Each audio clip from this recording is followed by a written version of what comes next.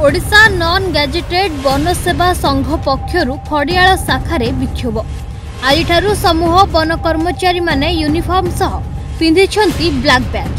यापर खड़ियाल वनांचल अधिकारी कार्यालय सम्मुखें करिसेंती विक्षोभ प्रदर्शन। विक्षोभरे निजर 3 दफा दाबी पूरण नहीं राज्य सरकार को देइछंती वार्ता। कला बैच परिधान करी आज चलित मास 21 तारिख पर्यंत जारी रहिबो एही आंदोलन। एने मास सरीबा आगरु जदि कोनोसी कथा सरकार कर्णगोचर न हुए तेबे चलित मास 22 तारिख ठारू तीव्र आंदोलन कराजिबो। राज्यव्यापी ओडिशा नॉन गैजेटेड वन कर्मचारी माने समूह भावे छुट्टी रही सरकार को कार्य असहयोग करिवे बोली चेतावनी दैछंती।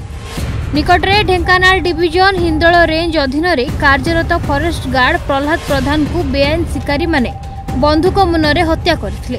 एही घटना को वन कर्मचारी माने दृढ़ निंदा करबा सहित फॉरेस्ट गार्ड को परिवार लोकन को 1 कोटी टंका अनुकंपा राशि प्रदान पाई सरकार को पाखरे दाबी रखिछंती। सेही भली वन कर्मचारी मानक सुरक्षा और कार्यस्थली रे दक्षता उन्नतीकरण पाई स्वतंत्र फॉरेस्ट कमिशन गठन करबा पाई मध्य दाबी होछि। एथि सहित कोनोसी भी जातीय बैंक रे प्रति वन कर्मचारी 1 कोटीर जीवन बीमा करबा व्यवस्था हो बोली करिसेंती दाबी।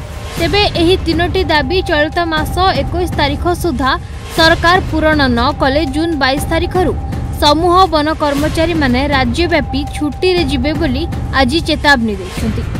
Naresh Kumar Dandasena Khariar forest division.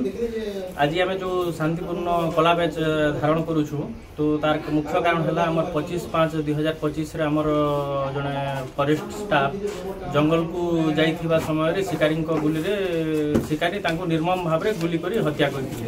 तार प्रतिवाद रे आमे सबू एजेंडा नहीं कि सरकार को ये प्रदर्शन करुचु। आउ जंगल को आम जिते बेले जाऊँ सरकार आमको केवल गोटे लाठी देकी पठे दे जहाँकि अत्यंत विपदपूर्ण अच्छी आम फॉरेस्ट ऑफिशियल मानी आम सरकार को दाबी करूँ से आम गुली बंदूकर किसी व्यवस्था करा जाऊ। तत्कालीन सरकार बीजेडी सरकार जिते बेले थिले से ऑलरेडी सबू परमिशनटा गुली बंदूक से कर ऑलरेडी बाकी एबे वर्तमान सरकार सेटा को प्रत्याख्यान करुछंती।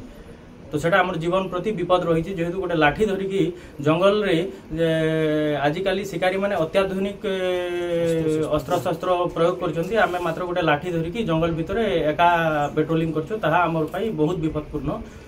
एनी मोमेंट किछि भी हे जाई पारे सेति आम सरकार को दाबी प्रदान कर। तो आपण दाबी को सरकार जदि गुरुत्व न दियंती कोन करिवे? गुरुत्व जदि न देले आमे आसंता 15 रु 21 आमे कला बैच धारण करिके हमर ड्यूटी आमे पालन करिवु। जदि 15 रु 21 भितर सरकार न मानंती ताहेले आमे 22 तारिख रु टोटल ओएनजीएफएस ऑल ओडिसा रे समस्त सामूहिक छुट्टी रे जेबु।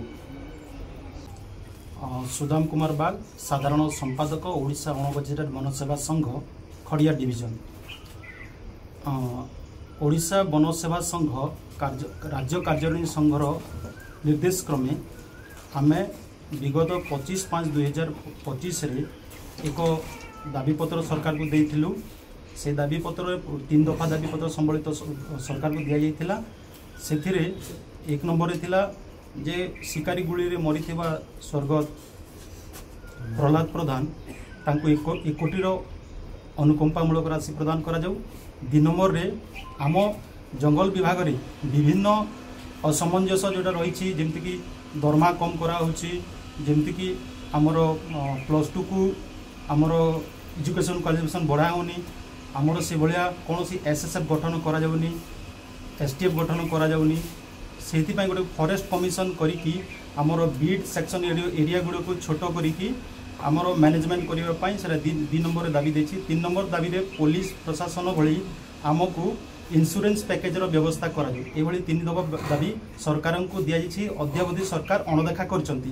तार प्रतिवाद रे आमे आजि ठारू 21 तारिख पर्यंत ब्लैक बैच परिधान करूछु एवं सरकार को आमे विक्षोभ प्रदर्शन शांतिपूर्ण विक्षोभ प्रदर्शन करूछु एवं एई भीतर जदि हमर दाबी पूर्ण न होए आसंता 22 तारिख रु आमे ओडिसा समग्र वन कर्मचारी सामूहिक छुट्टी रे जीवु।